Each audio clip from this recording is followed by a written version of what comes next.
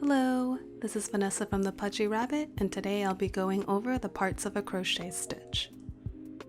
So here I have a round of double crochet stitches, and since I'm right-handed, my working direction for my pieces will be going from the right to the left.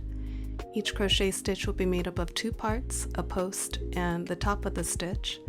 The post will be this column or line here, which is basically the long part of a crochet stitch, and then the top of the stitch will be made up of two loops. Here we're looking at the stitches from the top view, and you can see they form a kind of V shape with both loops.